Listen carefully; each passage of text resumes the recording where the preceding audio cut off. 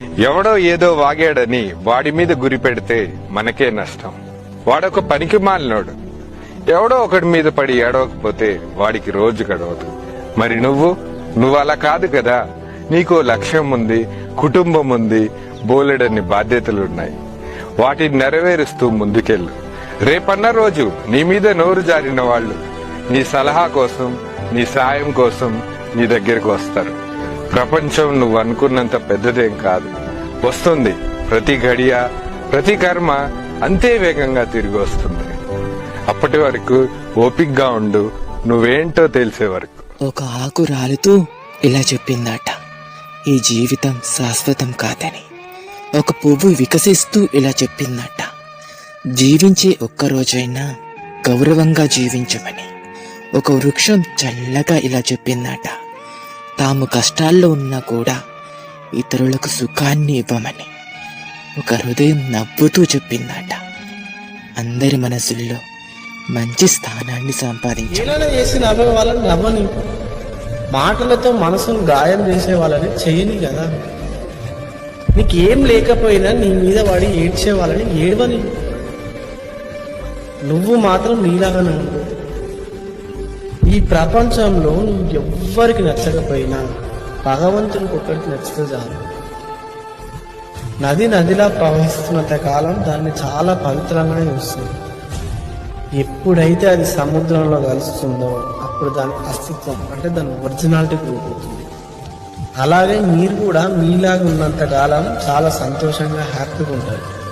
ఎప్పుడైతే వాళ్ళ దగ్గర అది ఉంది, నాకు ఇది లేదు, వాళ్ళ లైఫ్ మంచిగా ఉంది, నా లైఫ్ ఇట్లుంది అని ఇతరులతో పోల్చుకుంటారో, వారిలా ఉండాలనుకుంటారో, అప్పుడే మిమ్మల్ని మీరు కోల్పోతారు. మర్యాద ఇవ్వని వాళ్ళ ఇంటికి వెళ్ళకు, విలువ ఇవ్వని వారితో మాట్లాడకు, అహంకారం చూపే వాళ్ళతో కలవకు, గర్వంతో కళ్ళు నెత్తికెక్కిన వారితో తిరగకు, వ్యక్తిత్వం లేని వారితో ఏమి పంచుకో, నోరు అదుపు లేని వారితో ఏమి చెప్పకు, స్థాయిని చూసేవారిని ఇంటికి పిలవకు. ఎవడో విలువ ఇవ్వలేదని నీ విలువ తగ్గదు. నీ జీవితం నీకు విలువైనది. ఒకరి నమ్మకంతో నీకు పని లేదు. నిన్ను నువ్వు నమ్ముకుంటే మహాసముద్రాన్ని కూడా దాటగలిగే శక్తి నీ నమ్మకమే నీకిస్తుంది. నేను ఎప్పటికీ నేనే, ఎవరి కోసమో దేనికోసమో మారను. నిజం నిప్పు లాంటిది, అందుకే అందరూ దాన్ని పట్టుకోలేరు. నా మనసులో ఉన్నదే మాట్లాడతా, అబద్ధాలు చెప్పడం నాకు రాదు. నచ్చితే మాట్లాడు, లేదా పో, అంతేగాని నటిస్తూ స్నేహం మాత్రం చేయకు. మర్యాద ఇస్తే మర్యాద వస్తుంది. నా దగ్గర అదొక్కటే పద్ధతి. అందరికీ నచ్చాలని నేను అనుకోను, నాకు నచ్చినట్టు నేను ఉంటాను. ఇదే నా వ్యక్తిత్వం. రైతు 10 రూపాయలు అప్పు తీసుకుంటే కట్టలేకపోతే ప్రాణం తీసుకుంటాడు, కానీ నేను కట్టను, ఏం చేసుకుంటావో చేసుకో అని ఎప్పుడూ అనడు. భారతదేశంలో పరువు, ఇజ్జత్ అనే మాటలకు నిజమైన నిర్వచనం ఎవరైనా ఉన్నారంటే అది రైతు మాత్రమే. పండించిన పంటను లారీలో ఎక్కించి మార్కెట్కు తీసుకెళ్తే కనీసం లారీ ఖర్చు కూడా రాక అదే లారీ కింద పడి చనిపోయిన రైతులు మన దేశంలో ఎంతో మంది ఉన్నారు. నన్నడిగితే రైతులు పంట పండించే చోటే మార్కెట్లు ఏర్పాటు చేయాలి. రైతులు కలిసి నిర్ణయించిన ధరకే ప్రభుత్వం కొనుగోలు చేయాలి. అప్పుడే మనం కొంతలో కొంతైనా రైతును కాపాడుకోగలం. నీకు ఎన్ని అవమానాలు జరుగుతున్నా భరించు, కాలమే వాళ్ళకి సమాధానం చెప్తుంది. వాళ్ళ జీవితం ఎంత భయంకరంగా ఉంటుందో నీ కళ్ళతో చూస్తావు. అప్పుడు నీకు అర్థమవుతుంది కాలానికి ఎంత అద్భుతమైన శక్తి ఉందో అని. అబద్ధం చెప్పి ఆకట్టుకోవడం నాకు రాదు, నిజం చెప్పి నిలదీయడమే నాకు తెలుసు. అందుకే నేను చాలా మందికి నచ్చను. నా ప్రవర్తన అద్దం లాంటిది. మీరు ఎలా ఉంటే నేను మీకు అలాగే కనిపిస్తా. మర్యాద ఇస్తే మర్యాద దొరుకుతుంది. పొగరు చూపిస్తే అంతకు మించిన పొగరు చూపిస్తాను. మంచిగా ఉంటే అమాయకుడు అనుకుంటారు, చెడ్డగా ఉంటే అహంకారి అనుకుంటారు.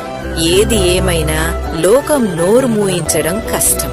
అందుకే మనకు నచ్చినట్లు మనం ఉండడమే ఉత్తమం. అప్పుగా తీసుకున్న డబ్బులు సమయానికి తిరిగి ఇవ్వకపోతే నీ అవసరాలు కాదుకుని ఒక మంచి మిత్రుణ్ణి కోల్పోతావు.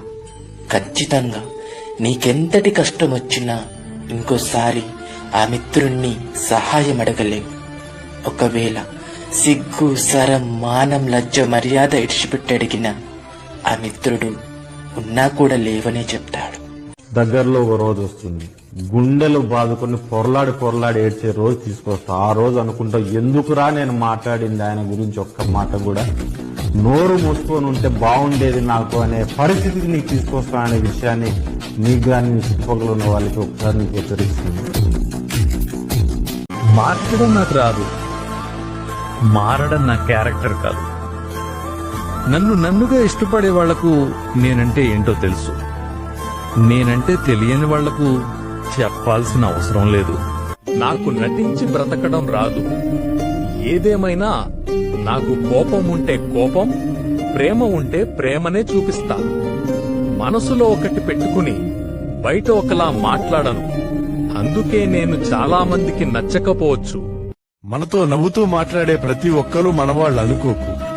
ఆ నవ్వు వెనుక అసూయ, ఆ మాట వెనుక మోసం కూడా ఉండొచ్చు. నువ్వు కిందున్నప్పుడు చేతులు అందించే వాళ్లకన్నా నువ్వు పైకి ఎదుగుతుంటే కాళ్లు పట్టుకులాగే వాళ్లే ఎక్కువ మంది ఉంటారు. లోకం తీరు ఇంతే మిత్రమా. చెట్టుకు కాయలున్నప్పుడే రాళ్లు విసురుతారు. మనిషి దగ్గర డబ్బున్నప్పుడే అందరూ వస్తారు. దీపం ఎంత ప్రకాశవంతంగా వెలుగుతుందో దాని కింద నీడ కూడా అంతే చీకటిగా ఉంటుంది.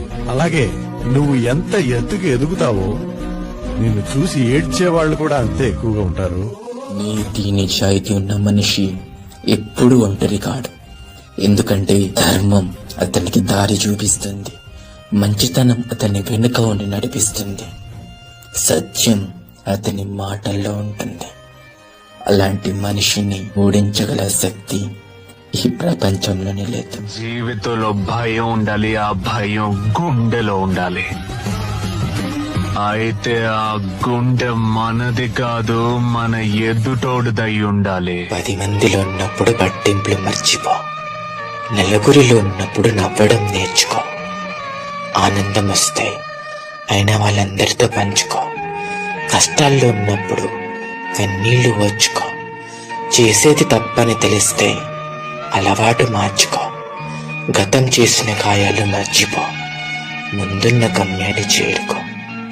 జీవితం అంటేనే ఒక యుద్ధమని తెలుసుకో. ఇది కల్తీ నాయళ్లు తిరిగే కలియుగం. మన తాతలు బ్రతికిన రాతి యుగం కాదు. ఇక్కడ బ్రతకాలంటే పోరాటం తప్పదు. నువ్వు ఎంత ఓపిక పడితే అంత తన్నుకుంటూ పోతారు. ఆవేశాన్ని ఆయుధంగా మార్చుకో. నీ ఆలోచనలతో ఆయుధానికి పదును పెట్టు. ఇది ఉరుకు పరుగుల జీవితం. ఒక్కసారి ఆగావో నిన్ను అణిచేస్తారు. పొగరుబోతుగానైనా బ్రతకు, కాని బానిసలా మాత్రం బ్రతకకు. పోరాడితే పోయేదేముంది? ప్రాణమా? నువ్వు తెగించకపోతే నిన్ను ప్రాణం ఉన్న శవంగా మారుస్తారు. ఇది గుర్తుపెట్టుకో. నాకు మెత్తగా మాట్లాడి ఐస్ చేయడం రాదు. నా మనసుకి కరెక్ట్ గా అనిపించింది సూటిగా మాట్లాడతాను. అందుకే నేను ఎవ్వరికి నచ్చను. అన్న, జీవితంలో ఒకటి గుర్తుపెట్టుకో, గెలిచినా ఓడినా ఒకటే తేడా. గెలిచిన వెనుక 10 మంది ఉంటే ఓడిన వెనుక 9 మంది ఉంటారు. నీ వెనుకలేని ఆ ఒక్కని కోసం కాదు, నీ ఎంబటే నిలబడి ఆ 9 మంది కోసం నిలబడు. ఏదో ఒక రోజు విజయం తప్పక సాధిస్తావు. గుర్తుంచుకో. సముద్రం దగ్గర చుట్టూ నీరే కనిపిస్తుంది, కానీ తాగడానికి మాత్రం ఎక్కడు నీళ్లు కూడా పనికిరావు. అలాగే మన చుట్టూ ఎన్ని బంధాలు ఉన్నా కూడా మన అనుకునే భావం ఎదుటివారిలో లేకపోతే మనం ఎంత తాపత్రయపడినా వృధా ప్రయాసే అవుతుంది. ఏంటి, సమస్యలు చుట్టుముట్టాయని భయంగా ఉందా? ఎందుకు భయం? నువ్వు చూడని కష్టాల, పరిష్కరించుకోని సమస్యల. ఎంతకు ముందు ఇలాంటివెన్నో దాటుకుని వచ్చిన నీకు ఇవొక లెక్క. భయపడకు. నువ్వనుకుంటే ఏదైనా సాధించగలవు. సమస్య నుంచి తప్పించుకుని కాదు, దానికి ఎదురెళ్ళి చూడు. నీ ధైర్యమేంటో నీకే తెలుస్తుంది. త్రాసును చూస్తే మీకు ఏమనిపిస్తుంది? రెండు సమానంగా ఉన్నాయి కదా, కానీ జీవితం అంత ఈజీ కాదు. మనం ఈ త్రాసును చూసినంత ఖచ్చితంగా స్పష్టంగా అసలు ఉండదు. కళలు ఒకవైపు, కష్టాలు మరోవైపు. కష్టాల భారం పెరిగిందంటే కళలు ఇంకా కష్టం అనిపిస్తుంది సాధించడం. ఇక నా వల్ల కాదు అని అనిపిస్తుంది. కానీ కళలకు బలాన్ని ఇస్తే కష్టాలు తేలికైపోతాయి. ఆ బలాన్ని ఇవ్వాలంటే ముందుగా విజయం అదృష్టం కాదు అని నమ్మాలి. మీరు చేసే ప్రతి చిన్న చిన్న ప్రయత్నాలతోనే జీవితంలో పెద్ద తేడా రావచ్చు. ఒక చిన్న భారం పడితే చాలు ఎంత తేడా వస్తుందో జీవితంలో అంత తేడా వస్తుంది. మీ జీవితపు తూకం మీ చేతుల్లో ఉంది. ఆలోచించండి. సైలెంట్ గా ఉన్నాను కదా అని నా గురించి ఏది పడితే అది వాకండి రోయ్. మౌనంగా ఉన్నవాడి కోపం ఆకలితో ఉన్న సింహ గర్జన కంటే భయంకరంగా ఉంటుంది. తట్టుకోవడం చాలా కష్టం. నా గురించి మీరు 10 మందికి ఏది పడితే అది వాగడం కాదు. ఫోన్ చేయండి, డైరెక్ట్ గా వస్తా. నా గురించి నేనే చెప్పుకుంటా. ఇంట్రడక్షన్ అదిరిపోతుంది. ఓకేనా?